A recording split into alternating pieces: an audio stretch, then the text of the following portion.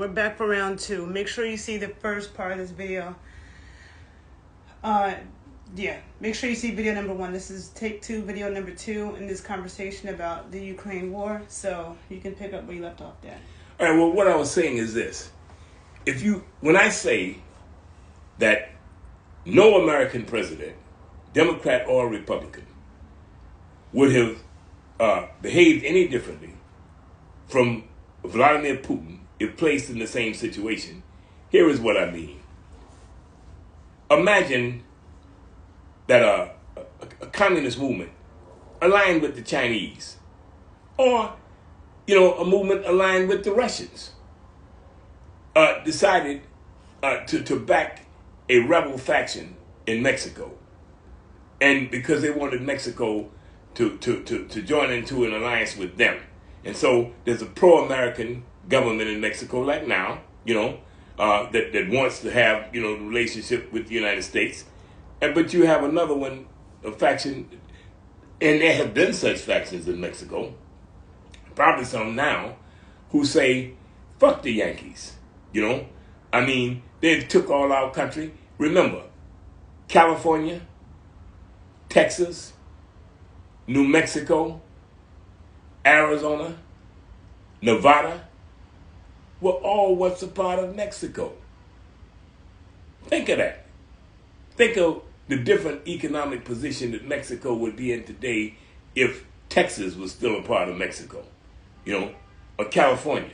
Why do you think these states have all those names like San Antonio, Texas, San Diego, California, San Francisco, Los Angeles? You think they just get these names and say, no, these were partners. Mexico at that time was known as New Spain. In the beginning, it was first known as New Spain.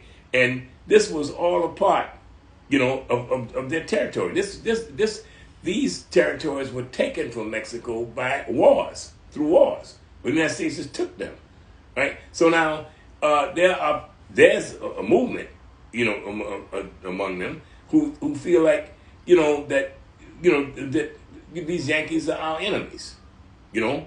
They have all they've done is exploit us and rob us and what have you. So there are people who feel that. But so I suppose a faction like that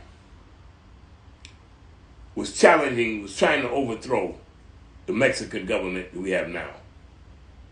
And the United States happened to pick up, managed to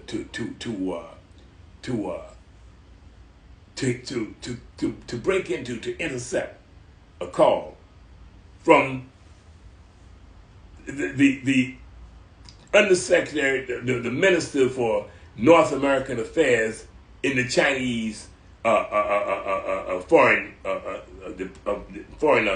relations department, the foreign ministry of China. They picked up a phone call by the official who's in charge of relations in North America, and heard him giving his ambassador instructions of how to help the rebels overthrow the government. What do you think the United States would do? What do you think they would do? They were willing to blow up the world over little Cuba. You understand? The United States, there's a book called In Search of Enemies. There's a documentary called The Brothers about John Foster Dulles, who was Secretary of State, and Allen Dulles, his brother, who was head of the CIA, when they overthrew the government in Iran, when they overthrew the Arbenz government in Guatemala and caused all those thousands of people to be murdered and whatnot. You know what I mean? The United States would not tolerate for 1 minute the kind of things that they expect the Russians to accept. I'm talking about, it doesn't matter whether it's a Democrat or Republican. Imagine if you had an alliance between the Chinese and the Russians, and they had gotten Canada to join the alliance. And now they're trying to get Mexico to join the alliance. What would the United States do? If you think that any American president would sit silently by and allow that to happen, then, don't take no wooden nickels. I have to warn you, understand what I'm saying? Please don't take no wooden nickels. The whole history of the United States. First of all, it's enough to talk about, you understand, the fact that we have the Monroe Doctrine. Okay? That we would not allow it. Now, why is it that the United States thinks that it can do things to other nations that it will not accept itself? It's because of two ideas. One is called two theoretical positions. One is called American exceptionalism. The other one is called Pax Americana. Okay? These are the two basic ideas that drive American foreign relations. American exceptionalism, boiled down, simply means this. We are the exceptional nation of the world.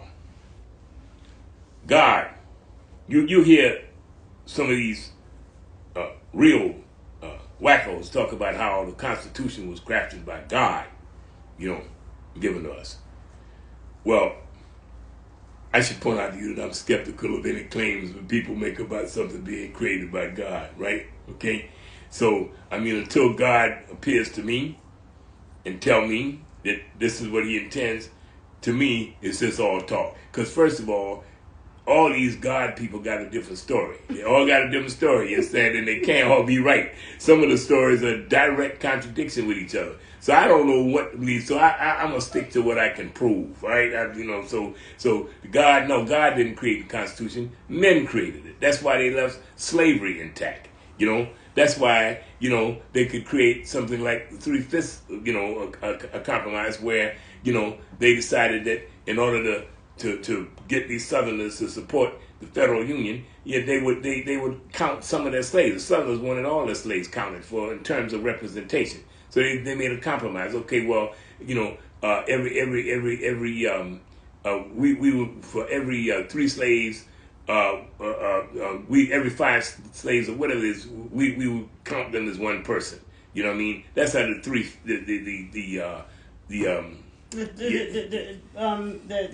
black people are 3/5. Yeah. Because you explained that to me before, that I didn't understand that. That was for the purpose of counting representation, right? So the thing is that this doctrine. Somebody wrote, didn't Mexico allow China's ships to dock in Mexico, I think? Oh, yeah, but that's just trade. I'm not talking about trade. I'm talking about forming a military alliance with China. A military alliance. NATO is a military alliance. I'm not talking about trade. You know what I mean? No, a military alliance. For the Chinese to join a military alliance where the Chinese put their military base in China. I'll give you an example about American exceptionalism with Pax Americana. Let me just explain what that is. Pax Americana is taken from the concept of the Pax Romana. The Pax Romana refers to the period in which Rome dominated the world. When people would say all roads lead to Rome. And the way the Romans did it, there was a great British historian, Dr. Arnold Toynbee, one of the great Regis Professor of History of the Modern World at Oxford. He wrote a book called America in the World. And this is a book you can find in the library. And in this book, he explains how the American Empire resembles the Roman Empire more than it does, say, the British Empire, the French Empire, or any of those empires. They resembles the Roman Empire because what the Romans did, unlike the British, or the French, for instance, with their colonial, unlike the United States, which are colonial settlers, they came here and they wiped out the indigenous population and just stole the land, took it. But in their relationships with other nations across the seas, what they do is they get these arrangements where they can build American military bases on their soil. And some of these arrangements are like perpetual. Like, you ever wonder why Guantanamo, this American naval base, is still on Cuban soil when the United States has not had diplomatic relations with Cuba in half a century? How is it that we have a military base on Cuban soil, Guantanamo? Because they had coerced the Cubans into giving them a perpetual lease. And the Cubans don't have the military might to eject them. Oh, wow. So they just stay there. We have an American military base right on Cuban soil. So they've done this. Now, you will hear the United States say, you hear all the time people talk about China is becoming aggressive. China is becoming expansive. China is a nation of 1.5 billion people. 1.5 billion people. Now we only a little over 300 million. So China got about 1.2 billion more people than us. You understand what I'm saying? The Chinese have one military base that's not on their soil. They have one overseas military base, and that's in Somalia. It's Djibouti, on the Red Sea. It's a naval base.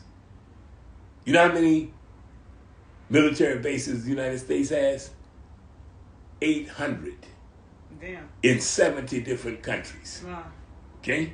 And we say the Chinese, they say the Chinese are being expansionist. So I have a question, because I don't know about this like that. Yeah. Why does the U.S. have so many military bases? Because they want to rule the world. That's why. That's why you have a Pax Americana. Pax Americana means the American peace. Just like Pax Romana meant the Roman peace. What it means is a world order that's imposed, in the ancient world, it was imposed from Rome. Now it's a world order. America is the world hegemon. It's the term that political scientists use, right?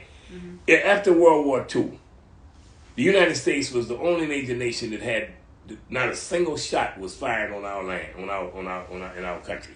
All the other countries were in shambles. So the United States emerged as the debtor nation. The United States emerged, they loaned money to everybody. Everybody owed the United States. You know, the United States emerged as the undisputed power. Now soon, as I said, they had been allies with Russia, the Soviet Union. But as soon as the war was over, you know, the United States and the antagonism between the two nations returned. Now, for a minute, the United States was alone. You know, because they were the only, as a world power, because they're the only one that had nuclear weapons. Now, when the Russians got nuclear weapons in the early 50s, 1950s, that changed things. You know what I'm saying? And the United States was so upset about it, they executed this couple, the Rosenbergs, Julian and Ethel Rosenberg, because they were convinced that the only way the Russians could have built an atomic bomb is if somebody gave them the plans. And they decided that this Jewish couple, you know, who were leftists and whatnot, and who worked in the national security, they thought they gave them. And historians have disputed this, you know, in a sense. But that was their son. That was when I spoke at UMass recently, and they introduced him. That was, they said, this is the son of Julia. Yeah. And then everybody applauded. And that was a room full of historians. You know what I'm saying? Because none of them believed the story. But they executed them, because they were convinced that somebody had to give it to the Russians. They couldn't figure it out. They thought, this is American exceptionalism. Nobody's smart enough to figure that out but us.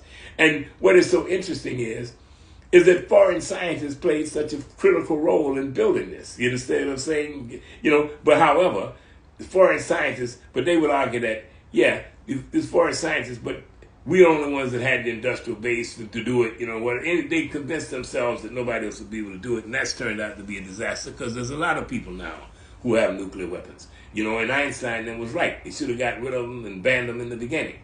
But in any case, the United States has military bases all over the world. You know, and they are determined. You know, so when the Soviet Union dismantled in 1991, people began to speak of a unipolar world. Now, I wrote a piece about this. It will be back up online soon. It's called How the Iraq War Was Hatched in a Think Tank. And the interesting thing about this piece is that I talk about the Project for a New American Century and who these people are, what they used to call the neocons, right? These people came up with the idea of a unipolar world. Professor Sachs talks about this too, if you look at it. And the unipolar world is that there's only one superpower in the world now, the United States. And therefore, you know, this is the Project for a New American Century. That's what it means. You know what I mean? Like in the early 20th century, the publisher, Henry Luce, wrote a piece called The American Century. He predicted that the 20th century was going to be the American century. This project, which was founded by Dick Cheney and Donald Rumsfeld, called, which is and Bill Kristol, people who are now all on the outs with the Republican Party. These were the ones who introduced this far right, element into the party. Now the inmates have taken over the asylum and driven them out. Liz Cheney, who used to be, I used to despise her. She was her and her daddy, Dirty Dick. I used to despise her. They represented everything, that I thought was odious. And now she has emerged as a hero, as a result of these January 6 hearings and the position she's taken on Trump. But that tells you something about politics. And it's this, that, there are no, politics, Lenin said politics make strange bedfellows.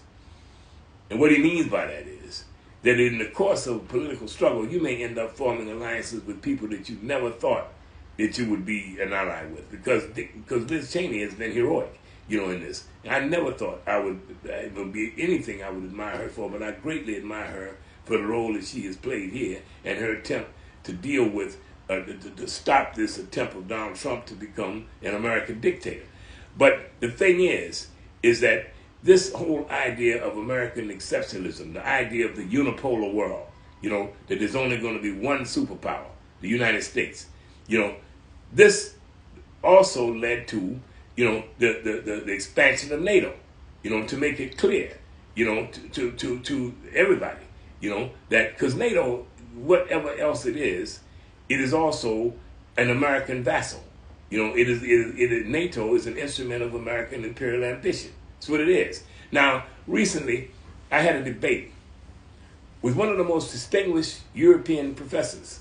His name is Dr. Patrick Kors, and you can find it online. Go to WBAI FM Archives. Go to WBAI Archives. That's WBAI, part of Pacifica Network here in New York City. Go to and put my name. Playfeld Benjamin, WBAI Archives. Debate with Patrick. His name is Dr. Patrick Kors. All right. If I gave you this file, is there any way you could put it on your site? Is it a link or is it a file? It's a link. It's a link to I can put it below my click YouTube. It's a sound. It's a sound. You click it and you hear the show. Yeah. But Dr. Kors is a professor of international history at the University of Tuscany. Brilliant guy, Harvard, Oxford man, taught at Harvard, taught at Yale, taught at the great Humboldt University in Germany. He and I had a debate about this Ukraine war and about the role of NATO. And of course, he had just finished writing a 1,000-page book on transatlantic alliances, going from 1860, the year before the outbreak of the American Civil War, to 1930, during the rise of Hitler in Germany. And he just finished his book, and he's a real hardcore Europeanist. He's all for NATO, all for what they're doing. So this is a great matchup, because there's two people who have, really diametrically opposed views. Now, at the risk of sounding immodest, I've never lost a debate. So, and I'm always looking for, I'm like Sugar Ray Robinson, whom they call pound for pound the best fighter ever. And, when they asked Ali what that meant, Muhammad Ali said it meant that whatever weight class he's in, he'd be the best. And they say, including the heavyweight, he said, include the heavyweight, because he was Ali's idol, right? But anyway, Sugar Ray said he used to pray that God was sending a worthy opponent so he could show people how good he really was. So I mean, I look forward to a great opponent. I thought Christopher Hitchens was going to be a great opponent when we debated the Iraq War, but he crumbled after the opening statement. But Dr. Kors, is a very smart guy, and so if you listen to this, you really learn something about this because we're really going a tit for tat at it. But I backed him up. I mean, eventually I told him, I said, listen, man, first of all, here's the thing. Europeans have dragged the world into war twice in the 20th century. The whole world, because of some dispute between European states. I don't want to see them drag the world into another war, not now when all these people got nuclear weapons, because I'm going to tell you something. the Russians are not going to be, they're not going to be overrun. They're not going to be, they will, I have no doubt, that if the national existence of Russia is at stake, they will use nuclear weapons just like the United States is prepared to use nuclear weapons. Now, nuclear weapons, when they argue in defense of keeping these weapons, they say that they are a deterrent. But that's a dangerous game to play. You understand what I'm saying? What do you mean a deterrent? Suppose you have some fool, who ain't scared. You understand what I'm saying? Who say, you're deterrent my ass, if you do such and such, I'm blowing y'all up. Now what you gonna do then? And this is a position, that Putin is taking. Their nuclear policy is, if our national existence is at stake, we will use these nuclear, and they got the biggest nuclear arsenal in the world. The Russians can destroy, they can reduce every city in America from coast to ashes in 20 minutes from now. Right? 20 minutes from now. They can, all of America could be radioactive rubble. Now, the people, when you say that to people, they say, well, we'll get them too. Does that make you sleep easier at night? I mean, does that, the fact that we can do it to them too? Because we're operating under what is known as the MAD doctrine. Okay? This has been the doctrine, since I was there in 50-something years ago. MAD, mutual assured destruction. Okay? That's the doctrine. That's what's kept anybody from using them, because if you use them on us, we're going to use them on you. And so if you do it, your destruction is assured. So with mutually assured destruction, that's what's kept people in line. But you see, the thing is, people who understand these weapons, like I understand them, nobody thinks that that's exactly how it will happen. The way it will happen is the way that things are happening right now. What Putin has told them. He's put his strategic nuclear weapons on alert. This is what I was telling Patrick, Professor Kors. He's told you, I got the Satan tool. I'm putting my strategic nuclear weapons on alert. Now, there's two kinds of nuclear weapons. There are tactical nuclear weapons and there's strategic nuclear weapons. Now, they talk about the possibility of them using tactical nuclear weapons. I think that's all some bullshit. I believe if anybody used any kind of nuclear weapon, they're not going to be able to stop it. This thing, once anybody uses a nuclear weapon, this thing is going to very quickly get out of control. That's one problem. The other problem is it could happen by accident. It could happen by accident because there are certain scenarios that if they develop, because the main thing is don't get hit with your shit on the ground. You know what I'm saying? Don't get hit and get your stuff knocked out where you can't respond. So that means that the response has to be a lightning response. The minute that you are convinced that you are under attack, then you release everything you got. So what happens if you get a false alarm? And that has happened a couple of times. People don't know. One time, a flock of geese almost set off a nuclear war. So, and then you don't know how good the Russian equipment is. They can make a mistake and think they're being under attack. So it's a mess. It's a real mess. And the lesson here is nuclear armed nations should avoid any kind of military conflict. And that being the case, continuing to pour weapons into Ukraine is only pushing the world closer to disaster. The Ukrainians are already meeting. The Ukrainians are already meeting. I mean, look at them. All these people sitting up there in cold in the dark and whatnot.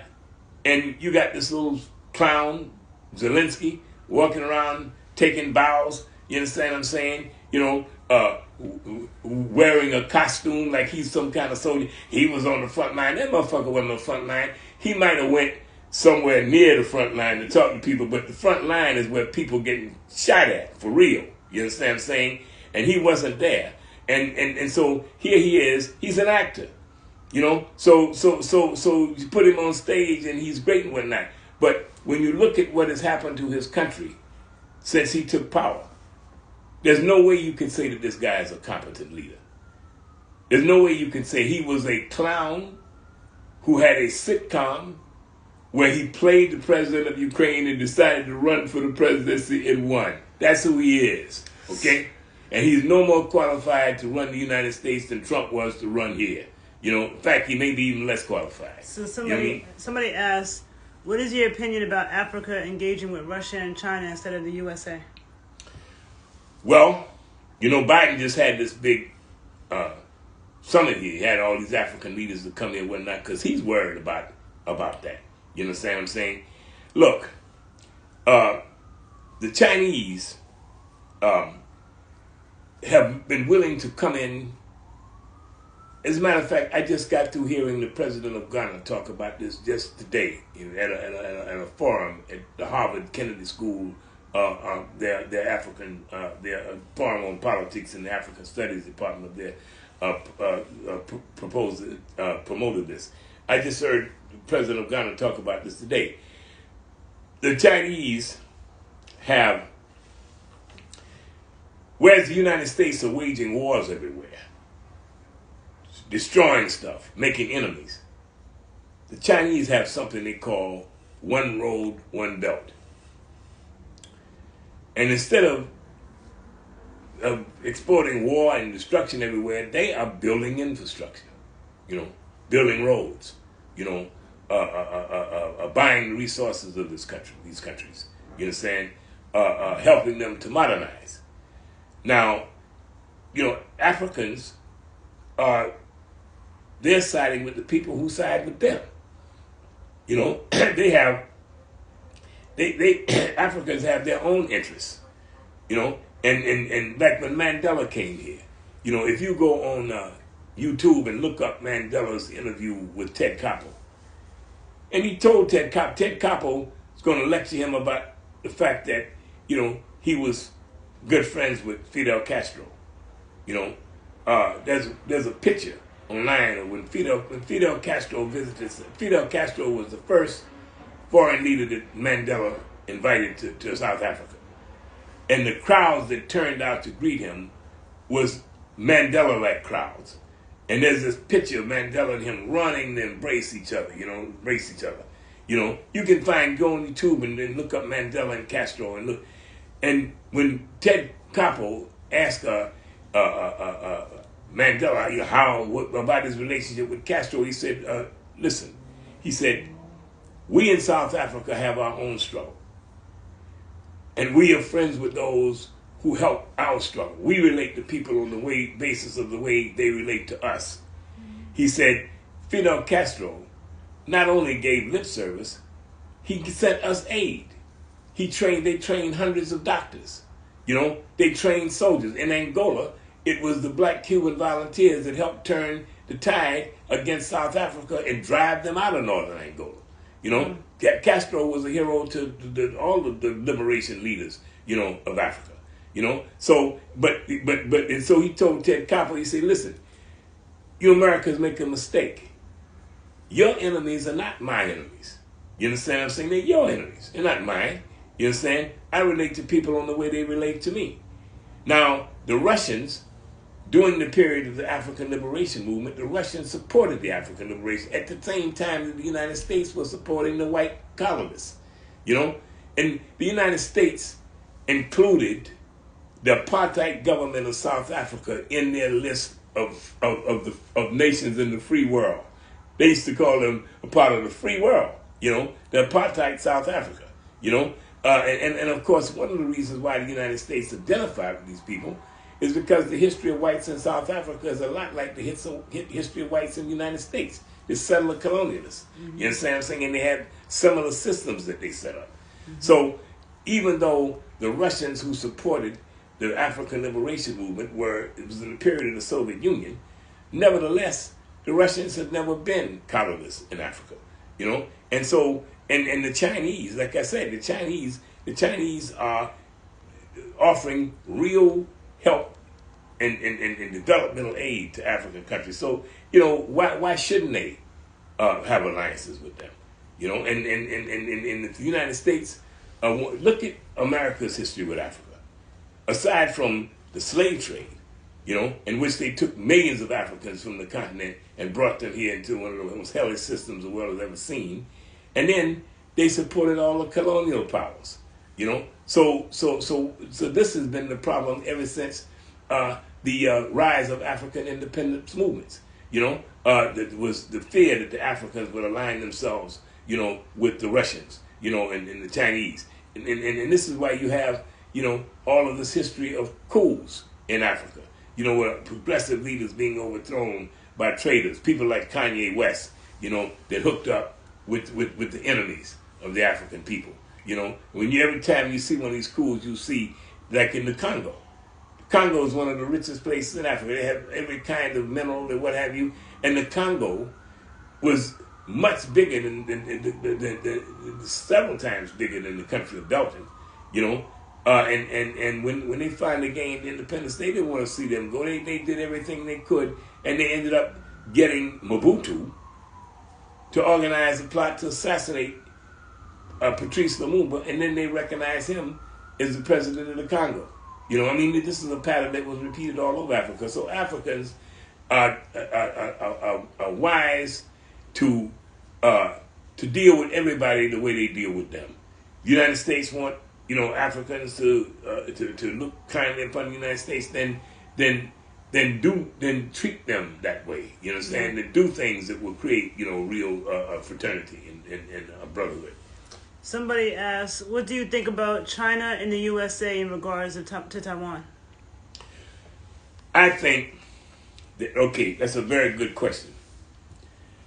Because what you see happening around Taiwan is the same kind of thing that's happening around Russia and Ukraine.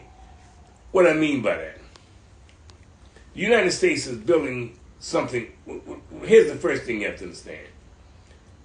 Because America is bordered by the Pacific and Atlantic, this country claims to be both an Atlantic and a Pacific nation. So that means that anywhere in the world that you go, whether it's in the Atlantic or the Pacific region, you are potentially a danger to American interests. Let's put it this way. All right. Now, Taiwan, the United States is building what they call the Quad. Japan, Australia, South Korea, and the Philippines. Also in this they're building this ring around China in the Pacific, to try and contain China. Right now, the same kind of thing as NATO. But Taiwan is a nation. Taiwan is a fiction. Here is how Taiwan became a nation. The Chinese had a revolution. Chinese had been under the British colonial rule, and then the Japanese invaded them, the Japanese fascists and whatnot.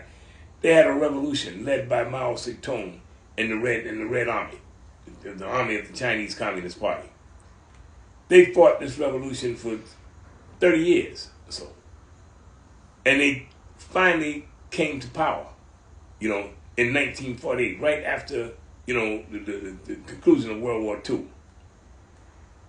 The opposition force against the Mao Zedong in China in the Civil War, because the Civil War, the leader of the opposition movement was the Kuomintang.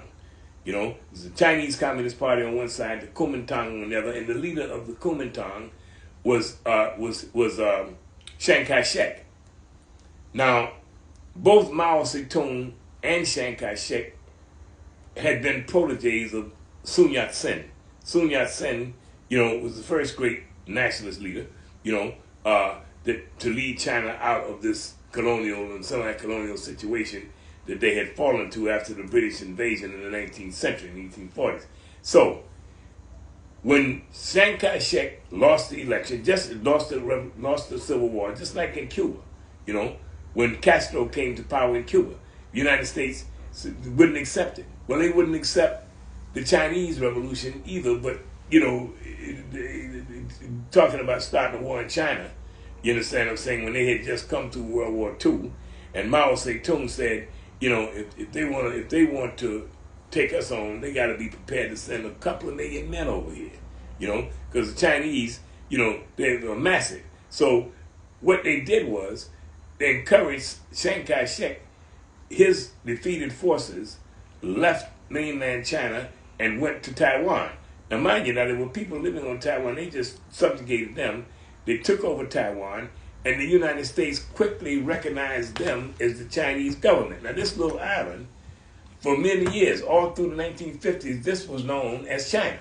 You know, this is even up until the Nixon. It was, the United States would not recognize mainland China, which had millions, hundreds of millions of people, a billion people. They wouldn't recognize them. They said Taiwan is China.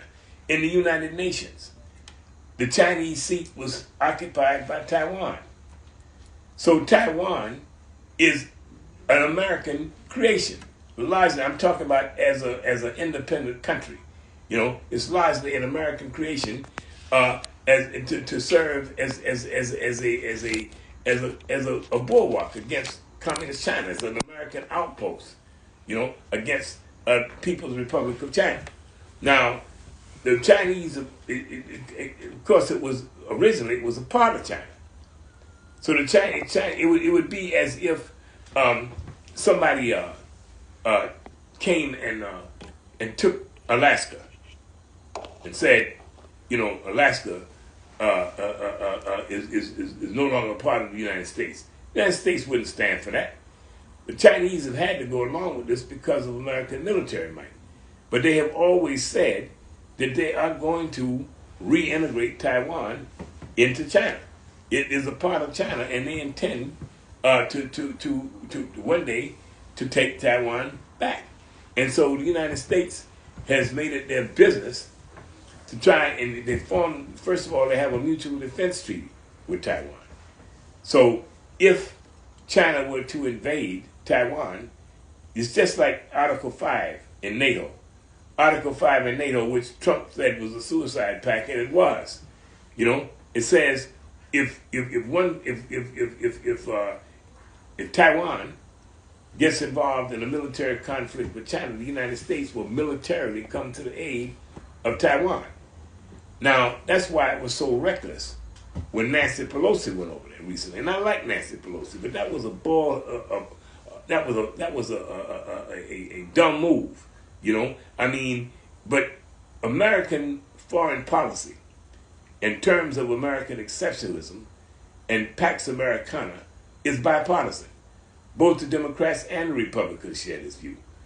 Nancy Pelosi, when she went over to Taiwan, that historians will probably view this as the most foolish move of her career, because she could have started a war. She very nearly did start a war. You know, the Chinese showed up, started doing, you know, military shows of force, you know, with all their naval planes, putting their planes in the sky and the battleships coming. And an incident could easily have occurred in the days following that between the Chinese and the American navies or something that started a war, you know. And why did she do it?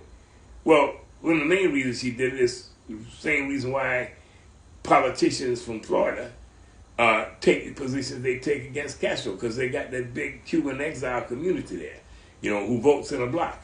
So in Nancy Pelosi, she's from San Francisco, you know, and you got all these Taiwanese and what have you in her district, you know what I mean? So that was just, you know, political grandstanding. But it was dangerous, you know, and it was no reason for her to do that, you know. So what do I think of Taiwan? I think that Taiwan is an American fiction.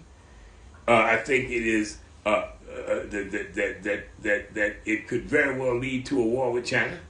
Now, see, the United States now has another interest in Taiwan. Let me make this clear. Taiwan produces the majority of the microchips in the world. And these microchips make modern, they run the modern industrial economy. You can't do anything. You can't run a car. You can't run a refrigerator. You can't do anything without these microchips. And the majority of them come from Taiwan. They have a big complex. If the Chinese were to bomb this microchip producing complex in China, they would cripple the industrial economies of the industrial world. I was talking to a friend. Bomb it in China or in Taiwan? In Taiwan, yeah. I was if the Chinese were to bomb that complex. Mm-hmm. Now I was talking to a friend of mine who is one of the world's leading computer scientists, engineer, Dr. Roderick Wilson, and one of the people who designed the architecture of the internet. I was asking him about why was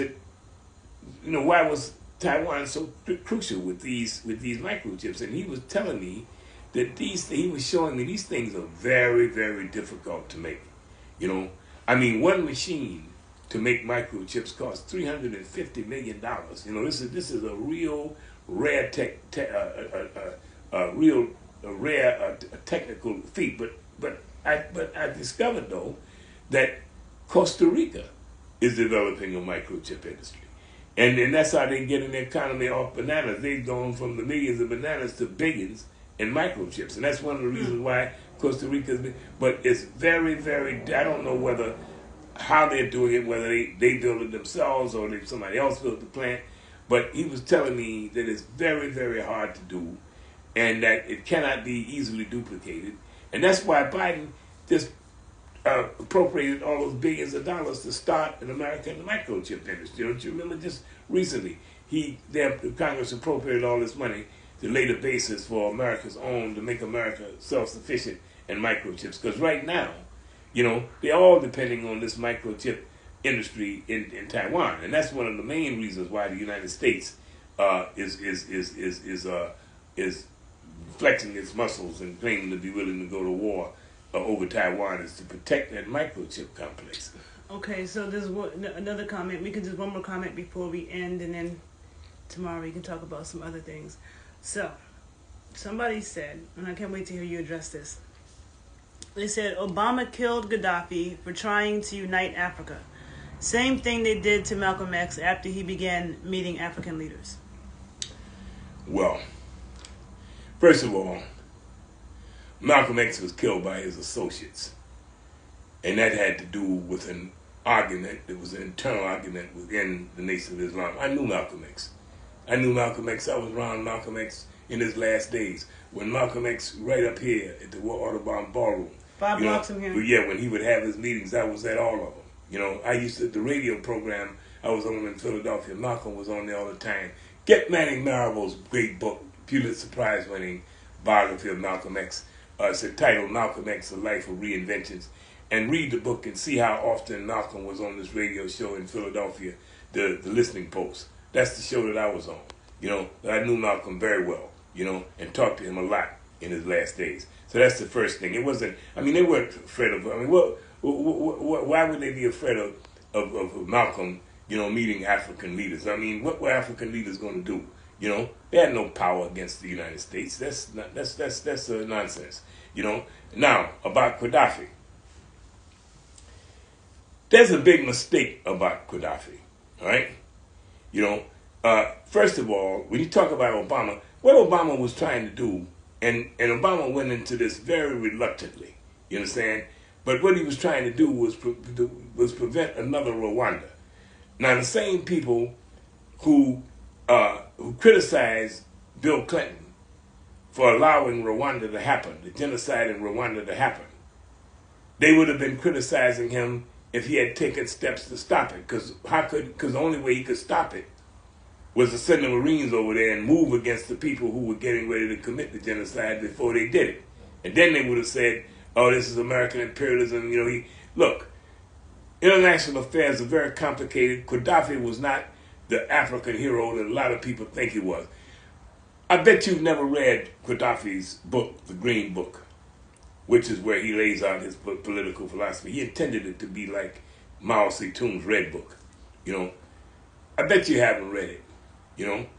And I suggest that you get it and read the section called The Blacks, all right, where Gaddafi talks about us, all right?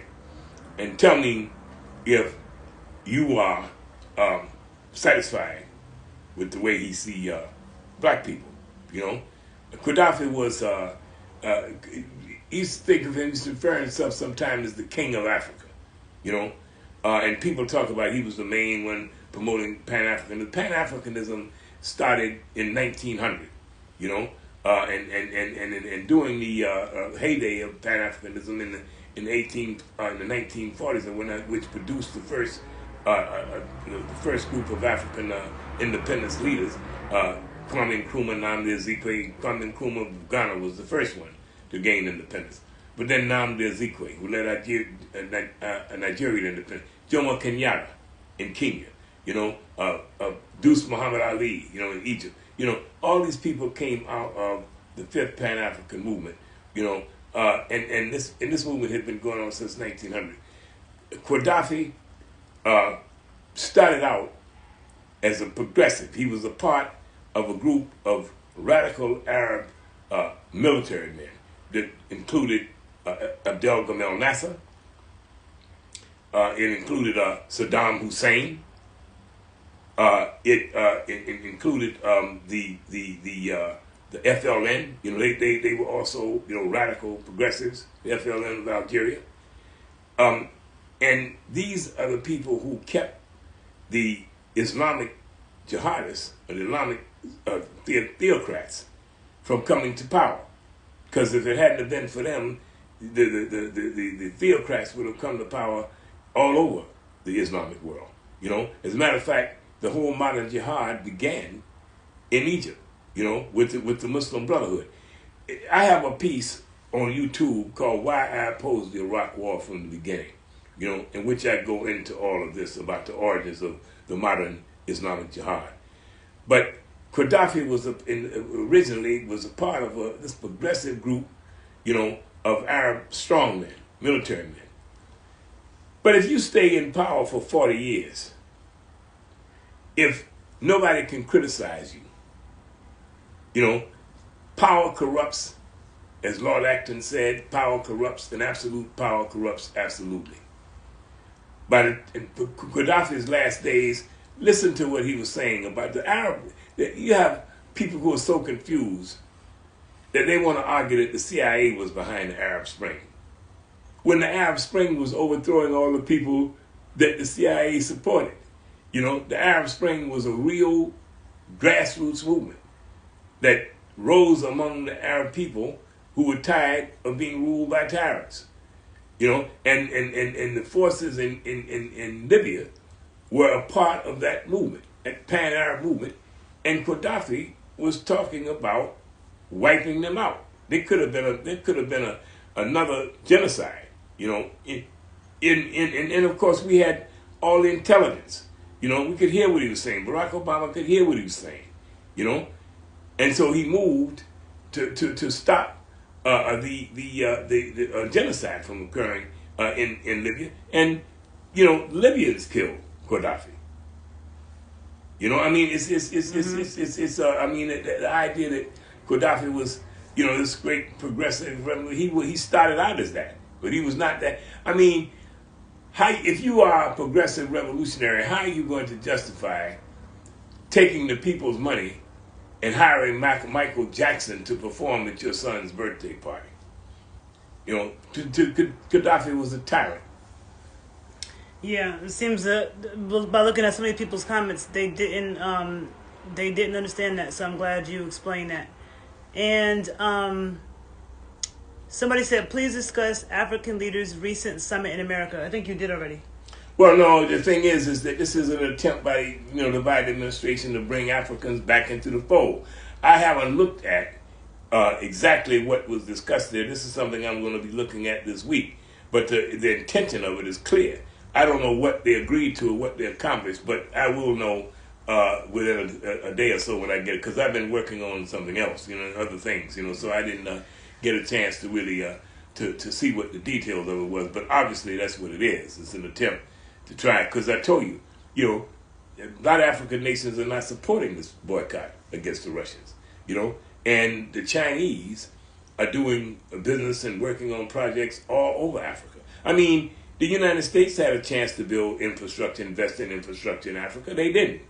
The Europeans, after robbing Africa, the United States, the Europeans, after robbing Africa, they made no attempt to invest in infrastructure and whatnot in Africa. Now, I listened, like I said, the president of Ghana today talking about it, and he think, that the relationship with the Chinese is a good thing for Africa, And I heard an Ethiopian economist who made a speech at the Harvard Business School, where he looked at Chinese investment all over Africa and what they were doing, and he thinks it's a good thing for Africa. So, I can't be more royal than the king, so I take their word for it. Thanks for clarifying that. So, Yeah. So we will finish up for today, but people are asking again where they can hear more of you, and people are thanking you for everything you've shared. And I'm going to be doing a series of conversations with my dad because there's so many topics. Well, you can go to my commentaries. Like I said, I'm redoing the site. I had 1,200 essays up, and I had a fight with these people, and I had to put up another site. So there's only about 40 essays on now, but they cover a range of issues. And then there's something called muckrack.com. It's a site online. If you put my name in and go to it, there's a group of about maybe 40 or 50 pieces by myself on a wide range of issues. And I'm going to start, because of my daughter, what have you, let's see what she's doing. I'm going to start a YouTube channel, within sometime right after the New Year's. I'm going to start a YouTube channel, and I will be dealing with, it's called Commentaries on the Times. So I will be commenting on everything. You all will probably be interested in the forthcoming essay I'm working on, and I don't want to discuss it now, but I will discuss called on Kanye, Kyrie, white Christian nationalists, and the Jews. I'm doing a 4-part piece on that. I will just say this about it for the moment. The white Christian nationalists in this country, and there's people like Marjorie Taylor Greene, who defines herself as a white Christian nationalist, but the white Christian nationalist movement, as represented, for instance, by the Unite to Right march in Charlottesville, Virginia, when all of these white fascists turned out in a torchlight march. Let me just tell you something about that. Those torchlight marches were a common Nazi ritual, right? And what they were chanting, blood and soil, blood and soil, blood and soil, that didn't mean anything to most people. But when I was hearing Bluten Boten, which is German. That was one of the first Nazi slogans. And what it means, blood and soil, what the slogan means is this. It was the means by which the Germans denied the Jews their German citizenship. Just like the Dred Scott decision of 1857 said that the Constitution was never intended the protections of the Constitution was never intended for black people, and that the Supreme Court voted 7-2 in Dred Scott. It said that black men had no rights that white men were bound to respect. Okay, that's what, and that deprived us of citizenship. When black people used to travel abroad, and Frederick Douglass and them traveled abroad, they just used to have a note, saying, I'm an American, because they couldn't get a passport, because they weren't considered citizens. That's what this blood and soil movement, this blood and soil slogan, that's what they did to Jews who'd been living in Germany, and some of them quite well for many years. So these people were Nazis. Everything about them was Nazis, from the torches, to the slogans. However, here is what you should really pay attention to. It's the people who think that Kanye West is a wise guy or whatever. These are the people that Kanye has aligned himself with. Now, these people, these Nazis, what brought them to Charlottesville was that the Charlottesville City Council had voted to remove the statue of General Robert E. Lee from the town square. General Robert E. Lee was the commander of the Confederate armies that fought to keep us in slavery. So even though their racism brought them there, they were shouting Nazi slogans against Jews. Jews will not replace us. Jews will not replace us. What that should tell you is that this German Nazism and American white supremacy is the same class of phenomenon. They have some unique differences, but they're the same class of event. So this movement has targeted black people and Jews. This is a time when the black community and the Jewish community needs to turn to each other, not only that. And we have a history of cooperation. We've had our problems. First of all, there's no such thing as the Jews, right? There are Jewish businessmen who engage in exploitive practices against us, and then there's the Jewish progressives, the Jewish intellectuals like Herbert Aptheker, who wrote, the documentary history of the Negro in the United States. 2 million words. 2 million words. All documents from our people, beginning from the end of slavery, right up all through Reconstruction, what have you. Henry Steele Commager, one of the most distinguished and celebrated historians in America, he did a 2-volume work, 2 million words, great documents in American history, not one word by a black person. And there are many other examples, I can name. But this is a complex question. You need to know that one of the backbones of Nazism, of the Nazi movement, was the German Protestant Evangelical Church. Just like the Protestant Evangelical Church here is one of the backbones of Trumpism. And Donald Trump, I'll tell you what you should read. Go to my blog, Playfellow's Commentaries. Playthells, no apostrophe. Playthells,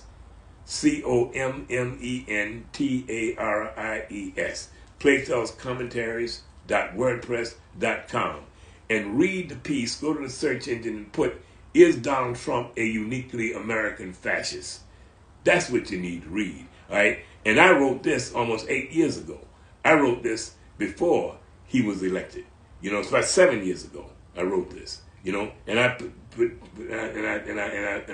identified this guy as being cut from the same cloth as Adolf Hitler and Benito Mussolini. And this is a detailed essay. You can see I give many examples, of the similarity between them. We are confronted with an insurgent fascist movement, okay? And its targets are the same ones in Germany, the left and the Jews, and of course us, always us. So for blacks and Jews to be in some fight about whether the ancient Hebrews were black or white is the epitome of nonsense. It is nonsense. First of all, you're talking about something that may not even be real. I'm a former history professor. There's no evidence that Moses ever walked through the damn Red Sea. That's all myth. That's religious myth, okay? There's no evidence that any of that ever happened. So they're arguing about religious myth. That stuff should be kept in the temple or the synagogue or wherever. It should not be out here interfering in the political relations between our two groups. It's all nonsense. Foolishness is what it is, okay? Whether or not the ancient Israelites were black or white don't have a damn thing to do with the fact that we are facing a fascist movement in America right now whose intention is to kill blacks and Jews, okay? All right. Perfect. And so the video is about to run out in a minute and a half anyway, so thank you all for listening. And Kanye West, let me just say this. Mm-hmm. The Rasta prophet Bob Marley wrote a song about Kanye West to tell us what to do. It's called "We're Gonna Chase Them Crazy Bald Heads Out of Town." All right? And listen to Bob Marley. So, yes, I will write his website, playfellscommentaries.wordpress.com. I'll write it below, and any other links that you want to share. And we will be doing a series of conversations about a lot of things because I have many things I want to pick his brain about publicly. One of the next main topics I want to talk to him about was his mentor and involvement during the Civil Rights Movement. He had a mentor named Queen Mother Moore. During the Black Liberation. She was the Black Liberation. Let me say this. I also have a presence on YouTube. Just go to YouTube and put my name in. Yep. You have a million questions for my dad. He's a funny dude. Yeah, so we're going to do a lot of conversations like this because he's not just knowledgeable about black people. It's everybody on the planet, what's going on. And I've learned so much from him my entire life. I am an earthling who happens to be black.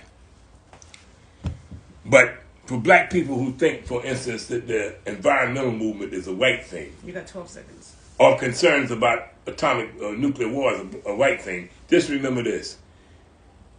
when it comes to the destruction of the environment and nuclear off. war, you will get equal treatment.